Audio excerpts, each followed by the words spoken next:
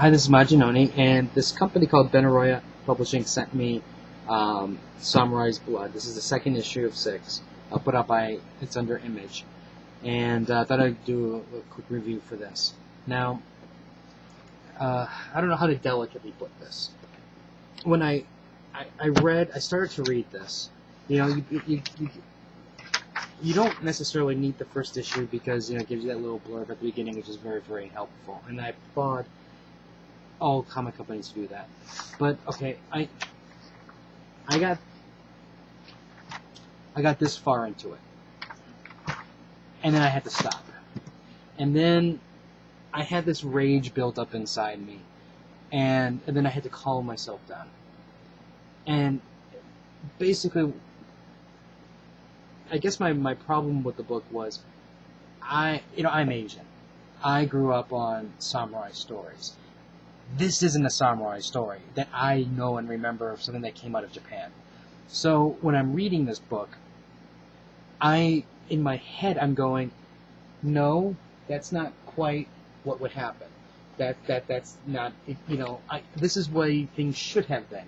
And I'm constantly fighting with it. And that's when I had to stop. And I'm really mean this. I stopped, and I had to look at it objectively in the sense of, okay, this book is not meant for me. This book is meant for non-Asians who live in a non-Asian community who have their own impression of what feudal Japan was. Now, if I look at it from that point of view, it does hit all the points that you want it to hit. But let me go into this book for you, because I'm sure this is what you're really wanting to know about. And so if you hear contradictions, it's because there's a part of me that says no, and there's a part of me that says, okay, maybe for the people in Iowa and Kansas who don't know any better, this is perfect. Now, what we have here is the Sanjo clan, and it's been betrayed, and they've been killed, except for 3 young samurai from the mountain village of Iwa. Anyways, here's the 3 young samurai. Now, here's my first problem that I had from the very beginning. That's a woman. Women are not samurai. Now, as I'm reading blah, blah, blah, blah, blah, then I hear her say, I have generations of samurai blood, and I also do not know what to do, and neither does my brother as much as he tries to pretend otherwise. This is what I thought, bitch. You don't talk in the midst of samurai eating dinner. Your job is to sit and cook dinner and make sure their sake is filled in their cup. That's your role, not sitting there talking. So that was my problem right from the beginning, and I just couldn't take it. That's why I just couldn't take this. It just drove me insane. I don't care how you put it. This scene would never have happened in feudal Japan. She is cooking rice. She is filling the tea. She is pouring sake in the bowl thing. Not saying, I have samurai blood. She is, how can I put this delicately? She is breeding stock, so this way they can arrange a marriage to the next samurai or nobility, so that way they can strengthen the family. That's what her role is. It's not a role to talk. Anyways, let's go on with the story. Basically what happens is this. You have street combat. People are getting killed in brawls and stuff like that, which, did happen in feudal Japan. And there's this guy who basically, what he does is, when there's the brawl, he takes the body, he sells whatever items are on the body, like, for example, does he have a wagon, does he have, obviously shoes, does he have coins, whatever is on him, he keeps and sells. He then takes the body and, finds out who the family is, and he tries to sell the body to the family, so this way, they can bury him. And because the 2 samurai need money to live, they, while they're trying to hatch their fiendish plan of revenge, they use him to spark a deal, to start earning some income. Now, my thought here is this. samurai are smart. They were the smart ones in Japan. They were one of the few people who were highly educated. And no, don't get me wrong, I understand fully that there were samurai who were very polite, there were samurai who were probably rapists, there were samurai who were very noble, and there were samurai who were very cruel. These two guys don't give me the image of a samurai. Even their hairstyles are Americanized because they don't necessarily have, while you see the hairstyle, I'm sure you've seen the samurai movies where, sometimes they have the bald head with the ponytails and, other types of hair like that. You don't really see that consistently. And again, I understand that's catering to the people who aren't accustomed to this kind of style of fashion because, and they would probably think it's strange and not read it because it's, what they would consider laughable. But anyways, what happens is what they do is they tell the guy, I know where the next brawl is going to be. So what they do is they go to this tavern, and one of the guys basically bumps another samurai, and that causes a fight. Now this is the problem I have.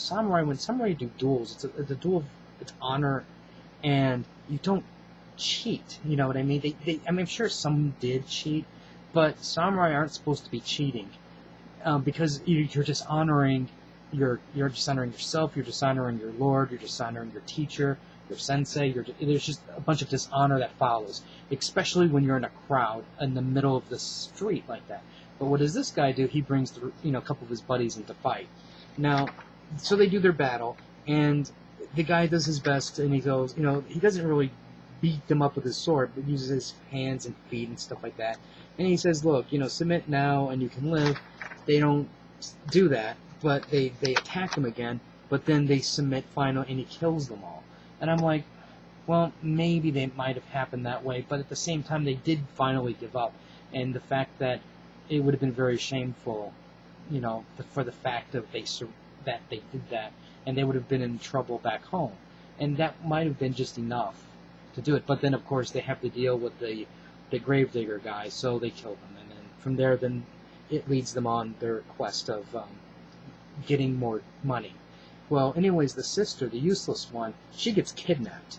And I'm like, okay, she's kidnapped, and the brothers do absolutely nothing to get her back. Now, there's some nonsense thing where we can't get her right now. The guy's away, he's a really bad guy, and we can't do anything right now. So what we're going to do is we're going to stay in the city, and we're going to look for her. Which, she's sold into prostitution, so it's not that hard to figure out where she is, and all you gotta do is go to all the brothels, and you'll eventually find her. But of course, the thing is, she's just going to be used as a pincushion. I'll word it that way. She's going to be used as a pincushion along the way. So, I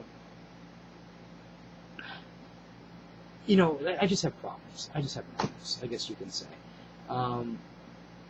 And then when I see a story like this about revenge, all I think about is 47 Ronin, where you had their master who was basically, betrayed and killed, and you had 47 samurai who basically, what they did was they went and plotted their revenge for years, because they knew that they were going to be watched, and people were waiting for them to do something that was going to be stupid.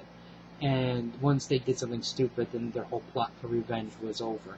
And then at the same time, through time, when the evil lord guy would have forgotten what even happened, and then they launched their attack at the right moment.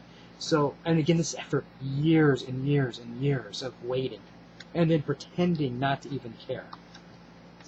So when I see this, I understand while they're young, they don't have the means necessary to even to be considered to be called a samurai. They're too rash. They're too impatient. The surprising thing is they're impatient about they're very patient about finding their sister who's sold into prostitution. That's what's surprising, in a way, I guess you can say. But considering they have her sitting there at the table, eating with them. And, But anyways, I'm digressing a little bit. What I will say though is, like I said, if you look at the art style is it goes from an Asian influence to a non-Asian influence in a sense, and so I think it has a balance that a normal non-Asian person who has no familiarity with samurai movies or culture, that type of culture, they'll be fine with it, and they'll be able to identify with key characters. I think the average consumer will be able to identify with the rashness, the how quick to anger, and the violence that's in here. So they'll like that. And so there are key points in this book that I think people will like. But if you are really looking for a samurai story, you need to be reading something like Vagabond, you need to be reading something like Lone Wolf and Cub, or I would also recommend 13 Assassins, something like that. Now, and there is a ninja at the end of this book. So, there's no false advertising. So, what I can say is this. My point of view, I don't know if I would read this, but there's a lot of you people out there who love Ninja Assassin, and for that type of target audience, you might want to give this book a try, because it's pretty much up your alley. If you have any comments or questions, let me know. Rate the video up or down. Let me know what you think. And I'll have more reviews up later. So until